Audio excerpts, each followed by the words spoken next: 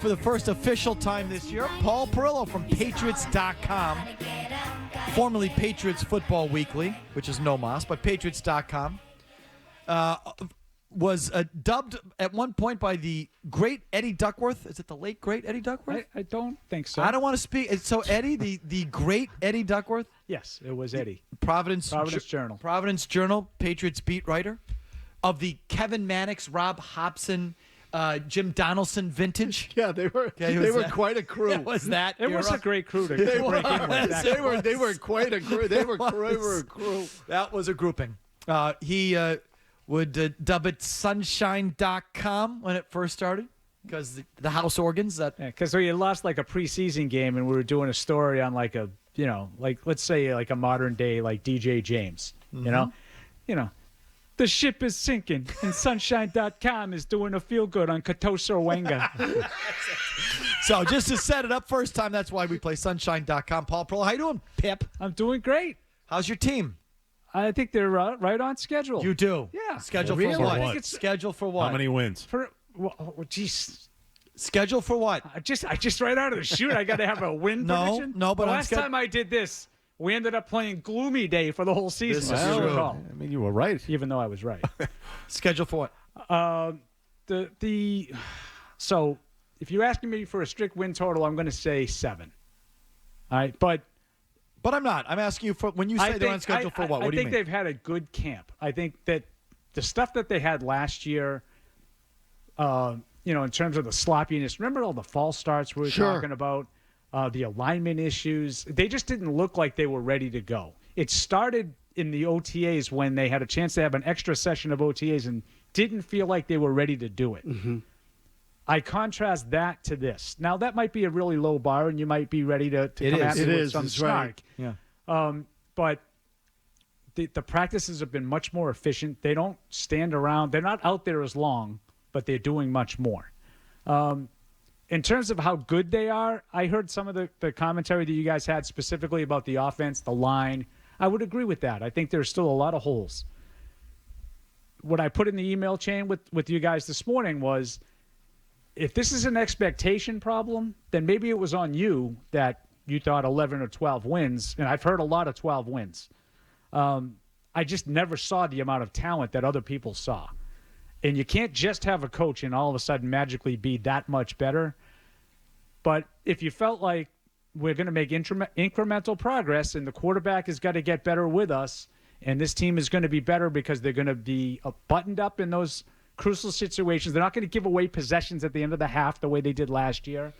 They'll be better because they'll find a way to beat teams that they have comparable talent. Then I think 7-8 wins is okay. Right in the ballpark. What gives you? So you're just saying the competence level, starting from the coaching down that you've seen in practice, you think will translate to the games where they will be able to beat bad football. Yeah, and I think that's priority number one. Mike said it when he was introduced. We have to be in a position to be able to take advantage of bad football. I think they will. I don't think that they'll just kick games away on their own as often as they have in the past. And you base that purely on how they've practiced, which is fine. That's all we have. By the way they are coached and the way that they practice. I think the staff in general, not just Mike Vrabel, I think the staff is markedly improved. They have a lot of guys that have been in. Last year we were always talking about this guy's calling plays. He's never done that. That guy's running the defense. He's never done that. This guy's in charge of the quarterbacks. He's never done that. This year they have all kinds of guys with experience calling plays, offensive coordinators, passing game coordinators from other teams. So I think that the coaching will be better. And I'm not going to ignore the talent. We talk a lot about the free agent additions, and there's not really any that blow you away, but I can name 4 or 5, maybe 6 guys on defense that are going to start that are better than the guys they're replacing. Milton Williams and Christian Barmore are better than Devon Godchow and Daniel Akwale. Harold Landry's better than Josh Uche. Robert Spillane's better than Jawan Bentley. Carlton Davis is better than Jonathan Jones. They're improved on defense. I heard your comments about offense. I would largely agree.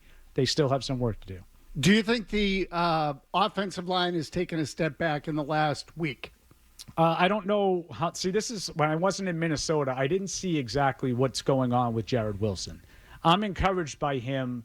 His athleticism has really stood out to me. I don't focus on the offensive line as much as some of my colleagues do, but what I did see was a guy that was really athletic for an interior line spot. I don't know if he stopped getting his reps in Minnesota because of performance or because of some injury. I guess he said he tweaked an ankle. I'm going to hope it's the latter, that it's injury related, and they don't think Ben Brown is really a legitimate option that right now is ahead of Jared Wilson.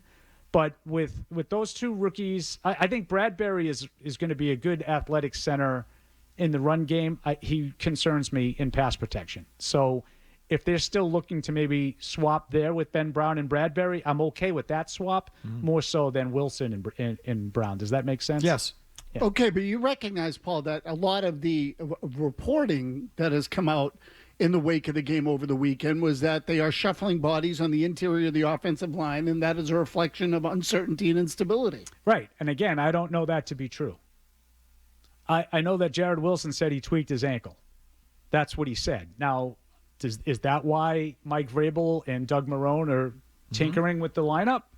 Or were they tinkering with the lineup and he happened to tweak an ankle?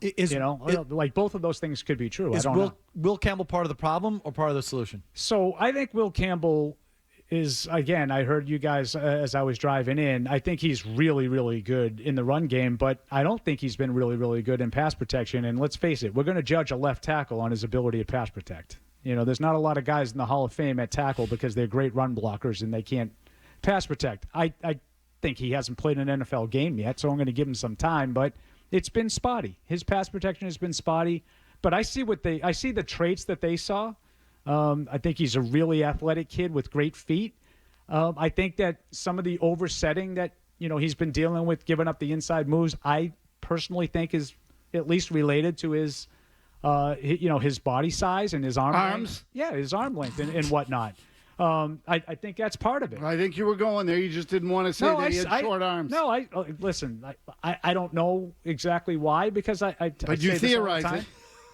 Yeah, I mean, doesn't it make sense if you're trying to overset and you're getting beat to the inside? Yes. You're making sure that you can get out there and make contact. You're loading up on the fastball and getting beat by et cetera. Because your arms are short. Yeah. It's like me running the bases in high school. Like I was slow. I used to get a jump all the time. You tried to and you got picked off probably. Every once in a while it happened. That's the price you have to pay. So we focus on the left side. Is the right side as dialed in as we want to believe? Is Owenu back to where he was before, or is he going to be the problem he was the last couple of years? That's a good question. He did not play well last year, and I personally think it had something to do with him not wanting to play tackle anymore, and I think that hurt him. I think he got big.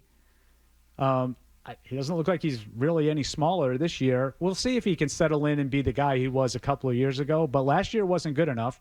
Morgan Moses, I think, will be fine. I think he's one of those guys. I don't really think he needs all this. He's 34 years old. He's been through this. Now, physically, if he's not ready to play, that's a different story. But I think as long as he's physically capable of playing, I don't think you're going to be having the breakdowns, the constant breakdowns that you had last year with Trey Jacobs. Okay, want to talk some football with Paul?